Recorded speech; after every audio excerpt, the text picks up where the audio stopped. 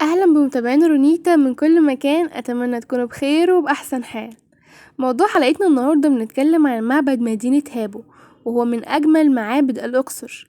فلو رجعنا لزمن الملك رمسيس الثالث هنلاقي إن هو قام بإنشاء المعبد ده، وهو تاني وأهم وأشهر ملوك الأسرة العشرين من الدولة الحديثة، حيث شيد المعبد لعبادة المعبود أمون علشان الملك يسجل انتصاراته وحروبه المختلفة على جدران المعبد، وكمان إقامة الطقوس الجنائزية الخاصة بيه.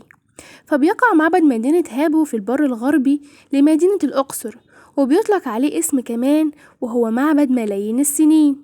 بالنسبة للأبعاد أو مساحة المعبد يبلغ طوله ل 320 متر و200 متر عرض، وبيعتقد أن المعبد ده تم أو شيد على مرحلتين.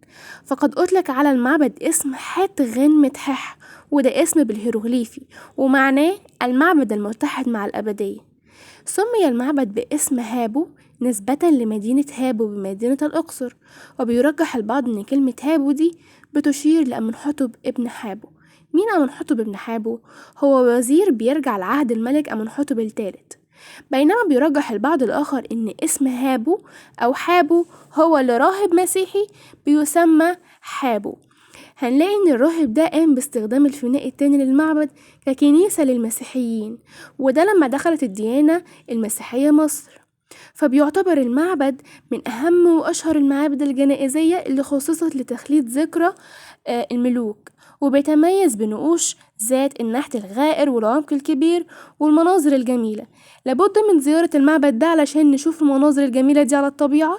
بس كده بنكون وصلنا لنهاية حلقتنا. انتظروني الحلقة الجاية ان شاء الله مع رونيتا في فيديو جديد. سلام.